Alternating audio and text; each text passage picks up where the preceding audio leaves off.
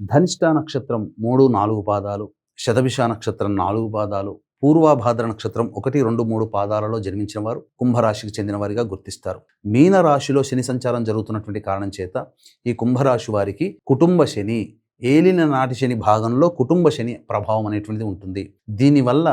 అన్ఎక్స్పెక్టెడ్గా ధనాన్ని నష్టపోవడం, మనస్సు ప్రశాంతంగా ఉండకపోవడం, కుటుంబ సభ్యులతో వాగ్వివాదాలు, కంటికి సంబంధించినటువంటి ఇబ్బందికర పరిస్థితులు, అలాగే ప్రధానంగా అదృష్టం దగ్గర దాకా వచ్చి అన్ని అవకాశాలు వెనక్కి వెళ్ళిపోవడం, కోర్టు సంబంధమైన వ్యవహారాల్లో ఇబ్బందులు పడడం, ఆస్తి తగాదాలు రావడం, తండ్రి గారి ఆరోగ్యం ఇబ్బంది పడడం, ఇలా విదేశీయానం, విదేశీ విద్యకు సంబంధించిన ప్రయత్నాలు ఫలించకపోవడం, ఇవన్నీ కుంభరాశిలో జన్మించినటువంటి వారికి ఈ కుటుంబ శని అనగా ఏలిన నాటి శని ప్రభావంలో కలుగుతాయి. దీని దోష నివారణార్థమై మన పీఠమాధ్వర్యంలో జూన్ 13వ తారీఖు అధిక మాసము కృష్ణపక్షంలో వచ్చే శని త్రయోదశి, ఆ రోజున శని దోష నివారణ పూజలు, హోమాలు, కాళీ హోమము, అఘోర పాశుపత మంత్ర హోమము, వివాహం కాని అబ్బాయిలకి అమ్మాయిలకి హోమాది కార్యక్రమాలు, అలాగే అనారోగ్య సమస్యల నివారణకి సంబంధించిన హోమాది కార్యక్రమాలు జరిపించి శక్తిపాతము చేసినటువంటి కరుంగలి మాల ఇవ్వడం జరుగుతుంది. అయితే ఈ యొక్క కుంభరాశిలో జన్మించినటువంటి వారు శనిదోష పరిహారార్థమై నవగ్రహాల చుట్టూ శివాయ నమః అంటూ 27 ప్రదక్షిణలు చేసి శనికి నల్ల నువ్వుల నూనెతో అభిషేకము జరిపించి